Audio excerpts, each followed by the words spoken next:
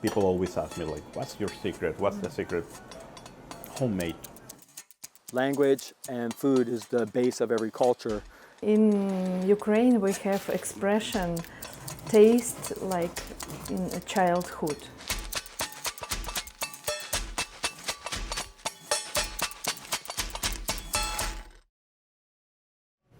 Good evening. Welcome to a broadcast of our series New Plate Special. Tonight, we're visiting a few of the chefs and restaurant owners in Nova Scotia who are changing the province's culinary landscape. We begin with Eduardo Hebert. He and his wife, Adriana Gutierrez, are the co-owners of Verano food purveyors in Halifax. He's from Mexico and she's from Venezuela. And Verano fuses the flavors from their two countries. Take a look. So right now we're making our beef tacos. And this is a 16-hour brisket that we make. So it's a Latin flavor dish. It's not Mexican nor Venezuelan, it's just everything. So it's the Verano way of making Latin food. We braise it for 16 hours, then we just pull it all apart and have it on our steam table. And then we make tacos with it. So yeah, this is homemade corn tortillas or salsa verde that we make in the house. Fresh chopped onions and cilantro, because that's how we do it in Mexico. 12 years ago, I met my Venezuelan wife who came with plans to stay in the country. We both met each other at English school and then church and just had a great time together, fall in love, got married. The first thing that you miss when you move to another city, country, even continent, is the food. And that was the first thing that we were missing. So now we have it. Now it's like one thing less to miss. You feel represented. So when people come to Verano and they say, we love patacones, when 5 years ago nobody knew what a patacon was, it feels great. So this is a Venezuelan dish, but you can find it all through the Caribbean and Latin America. We just have to make the Venezuelan version. And this is plantain that has been cooked. And now we're just gonna make it flat. And after it's been flat, we're gonna fry it once somebody orders it. It will be more like a sandwich. When I was little, parents went through a divorce and I had a single mom that had to work. Latin American families are pretty united. So my grandma came over, uncles came over, and we live all in a house. And my grandma used to cook, so my mom could go work. And she was home so much that we will call her mom. And my mom will be like, no, she's not your mom, she's your other mom. And we call her otra mama. And my grandma was an amazing cook. And every time she will cook something, my mom will come back and say like, oh, this is delicious. Whose birthday is this? And we should open a restaurant. So that started drilling in my head, like open a restaurant. And although my grandmother didn't allow me in the kitchen, I used to sneak and watch what she was doing. And that's how we got the passion and enthusiasm for cooking. Verano means summer in Spanish. And the reason why we decided to name it so is because we wanted to have that summer-like experience that people look when they go to Latin America. So that tropical weather, tropical food, refreshing kind of vacation vibes. That's the reason why it's named Verano. Tell me what it's like to have this, not just your restaurant, but it's a family restaurant. Oh, wow. It is amazing. It's one of the greatest opportunities we have had. And it's also a lot of work. When we close the doors, we're still working. And a lot of people ask, well, why don't you open later? Why are you not open on the weekends?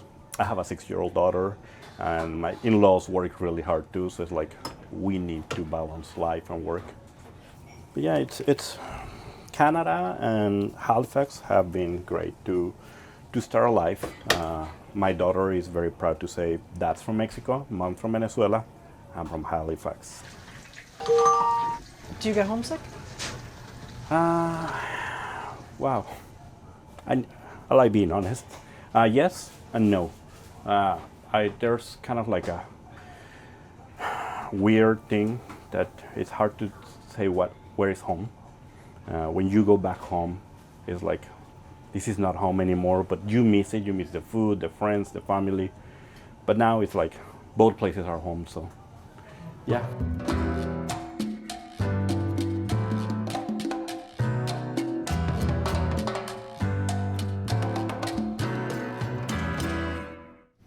Eduardo says his secret for the best tasting meals is making sure they're homemade. And thanks so much for having us at Verano. Well, now we want to take you to another restaurant called Silong Express. Owner Eric de los Reyes says when the Filipino community celebrates, it always involves a lot of food. For him, inspiration for cooking comes from his kids, but he says there are sacrifices that go into running a family-owned business. Today we're going to have our traditional and very special dish called pancit. During celebration of birthday, anniversary, or any occasion, we always have pancit on the table. We also have the pork skewers, which is our #1 street food in the Philippines. Every corner in the Philippines, you can actually see pork skewers selling on the street. Did you grow up cooking? Yes, I was like, oh, the whole family loved to cook. From my great-great-grandmother, my grandmother, my mom, who teach me how to cook. My brother and sisters, they really love, and sometimes we have the contest in our house. Like, okay, who's gonna be the delicious food? We'll get a prize. So that's the pork belly going in? Pork belly, it's gonna be crispy skin with tender and juicy inside. Now, is that pre-cooked at all? It's boiled, actually boiled, and then you have to sit overnight in the fridge. So to make it crispier, the skin. Now we have to cook the skewers. Our #1 street food in the Philippines and our best seller here too. In the Philippines, we have banana ketchup. Here is tomato ketchup. So that's one of the main ingredients of our sauce. It's so funny, the reason of being, because during World War, we ran out of tomatoes in the Philippines. And then we improvised to make a banana ketchup. Everyone is asking. I was like, okay, it's delicious. That's all. So now it's time for brushing our pork skewers. Now we can put the rice sticks noodles and the other kind of noodles. The pancit canton, we call pancit canton. This is the pancit bihon. Filipino loves to party. Oh, you passed the test. Let's celebrate. Let's food. And then you already got engaged. Let's celebrate. We have to share our blessings, and we share to community to be strong in Nova Scotia. Now, your kids were born here. Well, they were born here. Hi to my kids, though. They're Eliza, Erica, Jaden, and Caitlin. So they are the one who's my inspiration every day. And of course, my loving and supporting wife. We're running the place, just two of us. So really, really, we have to take care of each other. My 5-year-old daughter gave me $20 just to stay home because I'm super busy. I'm doing it all by myself. I said, yes. Me and my wife was hugging and just cried. That it's really, there's a lot of sacrifices in here. It's like, Daddy, can you stay here, you and Mommy, please? I was like, come here. I just cried. For us, Filipino particularly, we always said that if you are working hard and extra sacrifice and effort, then you can actually succeed and you will get the Canadian dream. You know what, in the Philippines, the reason why the tradition always have a pancit always on the table, because the belief is for you to have a long life. It's represent your life when you eat it. Your soul eat a long stick rice to have a long life. So it's anti-aging. Yeah. Oh, good. As I'm gonna have a lot of it. Oh, yes.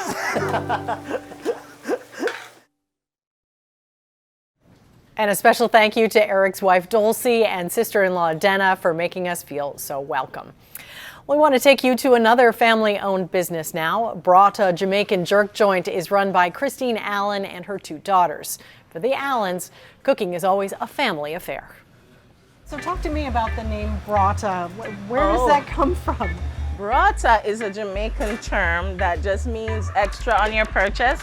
So if you go to the market, you can haggle with the vendor a bit and say, all right, so if I'm buying 6 apples, can I get Brawta? It was a back and forth between whether I wanted to name it Brawta or not. It's a term that's going to be so foreign to Canadians, but it's so much a Jamaican term that is, has food involved. Right. So here you get extra on your purchase. Maybe a little extra love that goes in the food. Exactly, that's what we give.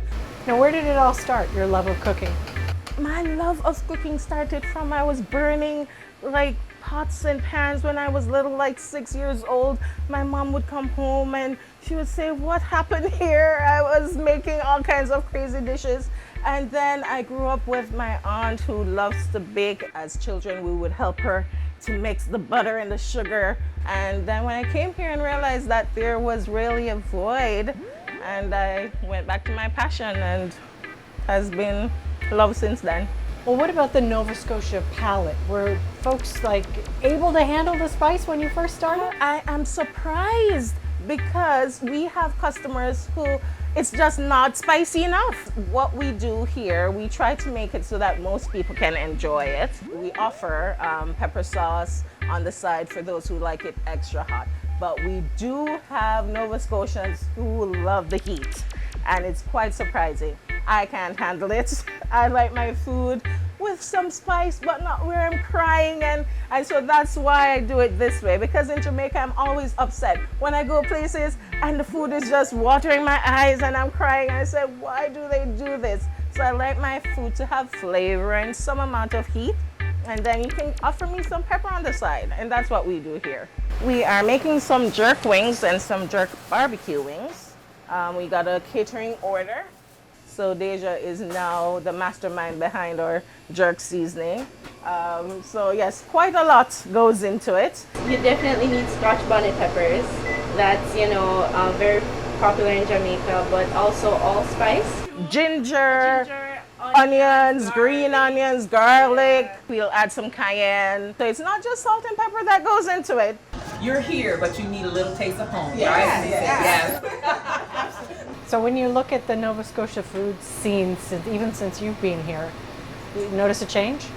Yes, I have seen so many new and exciting ethnic offerings, and that is nice to see. People are so receptive to it, so that is good. More things are easily available, so that is something that I have really enjoyed seeing.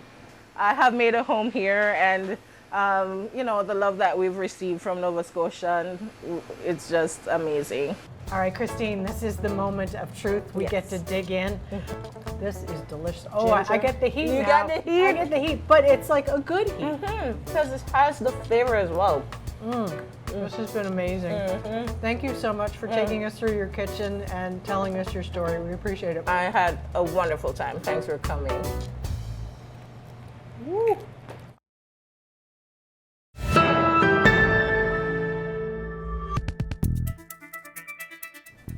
And welcome back to New Plate Special. We're continuing our culinary journey with Alla Sabutina. She fled the war in Ukraine with her family and came to Nova Scotia in September of 2022. Now living in Halifax, she's teaching others how to cook foods from her country, and she finds joy in giving others a taste of Ukraine here in her new home. So tell me a bit about what you're making here. Here I'm making borscht. It's our traditional Ukrainian food. Beets, carrots, cabbage, potato, and in the pot chicken, or you can cook without meat, or pork, or beef, what you like. It's not just for holiday. We usually eat borscht, not every day, but often. What is it like for your kids to eat borscht? When they try borscht here, they feel like they at home. I was born in Moldova. My father was from Moldova, and we grew up in Ukraine. I have 4 sisters. We have big family. Yes, my mom has 5 daughters. Some salt, some pepper.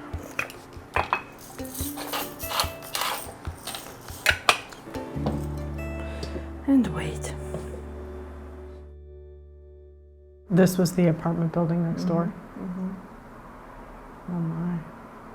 So take me back to last year. What happened? Yes, 1st of July at the night, I heard explosion. Was rocket attack. 22 people died. It was September last year. We left Ukraine because it's not safe and for my kids. I'm not worried about me, I worry about my kids. And I miss my family and it's very important for me. Do you have much contact with your family back home?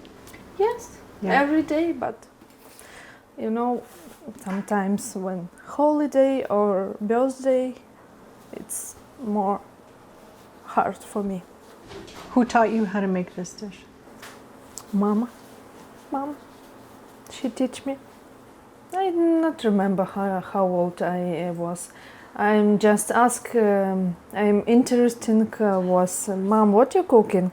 And she explained me when she make borscht. She explained me what she do, and I look and I teach and I ask why you do this, why you do this, and I teach. And are you teaching people here how to make Ukrainian food? Yes, I teach people how bake bread, yeah, and I make cottage cheese at home, and I teach people how I make cottage cheese here, yeah. People ask me and I teach. Now you've been selling some food too, right? Yeah, we have sometimes bake sale. We bake, cooking and sell. It's really I enjoy this moment. It's make me happy when I saw how people eat my food and the reaction. Yeah, it's amazing.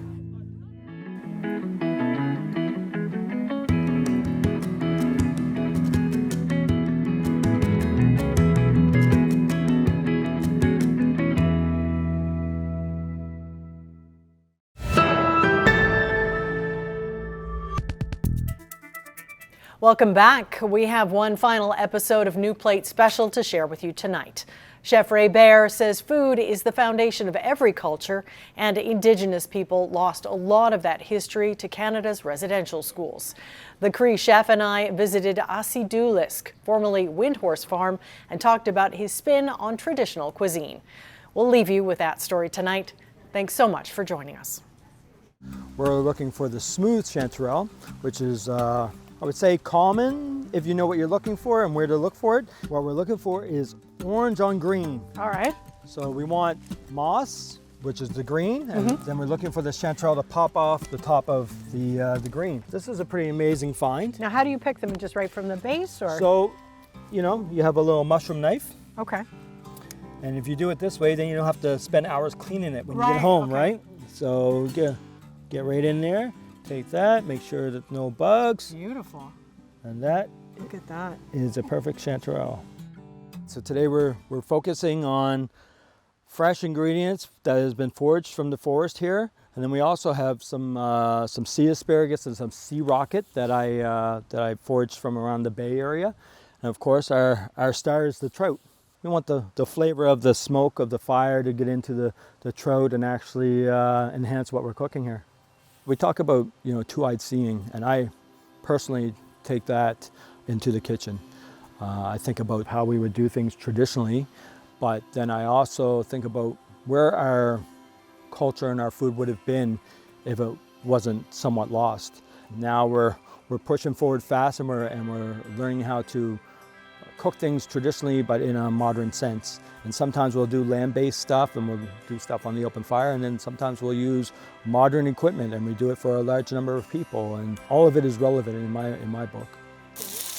Recently we did a dinner to teach some of the teachers that were learning Mi'kmaq studies, and we did sturgeon, wild sturgeon on the open fire, caught right in front of us in the Bay of Fundy, and then also beaver sausage, which, you know, most people might be a little squeamish about, but it tasted delicious, and the Mi'kmaq people that were there absolutely loved it. When we talk about, you know, residential schools and of course reserves, when we lost the land that we were traditionally living on, then of course we lost where we would harvest, and that would be when we lost a lot of our culture. But if you think about residential schools and communities when there's no young ones around, no one to teach, no one to pass anything on to, and you weren't allowed to, so that's when, the culture and knowledge had been lost. When did you see the tide turn back?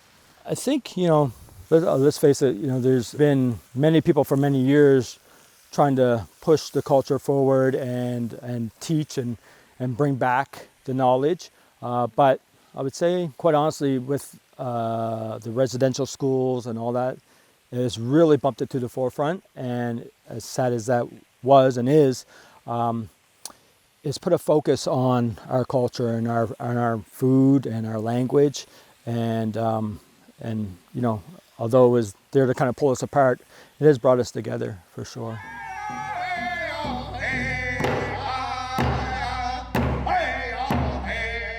Now, you did some cooking at the North American Indigenous Games. What was that like, watching people taste Indigenous food? It was fantastic in a way that, we had maple and salmon, which people are not intimidated by. And then we had other ingredients that they were like, oh, this is Indigenous. I've heard of this before, but I didn't know. Take some, try it out. And then some other things that they had never heard of before that we could kind of teach them a little bit about sunchokes and sumac and different things like that. And of course, lobster's always a big hit. And yeah, it was great. It went over very well. It wasn't just for the people visiting, but also the athletes got to experience it. So it was pretty amazing. I see a lot more Indigenous cooks in the kitchens than I've ever seen before. And there's a lot of movement. There's going to be a new culinary kitchen at the Pines Resort that is owned by Bear River. What I've seen in the past is that Indigenous cooks come in and they have the respect of the animal and the land and everything else. But they also have this great artistic ability to put things on the plate and to look at things a little bit differently than, say, some of the other staffs. Okay, now we get to enjoy the fruits of your labor. Where do you start with this? So I'm going to take a little bit of the fish, a little bit of mushroom, a little bit of the sea asparagus, and I'm going to put it on some of the bannock. Ah, so make a little fish sandwich. That's right. Okay, I will follow your lead. All right, let's rip a piece of this off. I'm going to get some of the skin, some of that flavor flav in there. All right. I think I put a lot in this sandwich, but that's okay. Yeah. All right, cheers. Cheers. That is so good. Oh my goodness. Thanks for having me.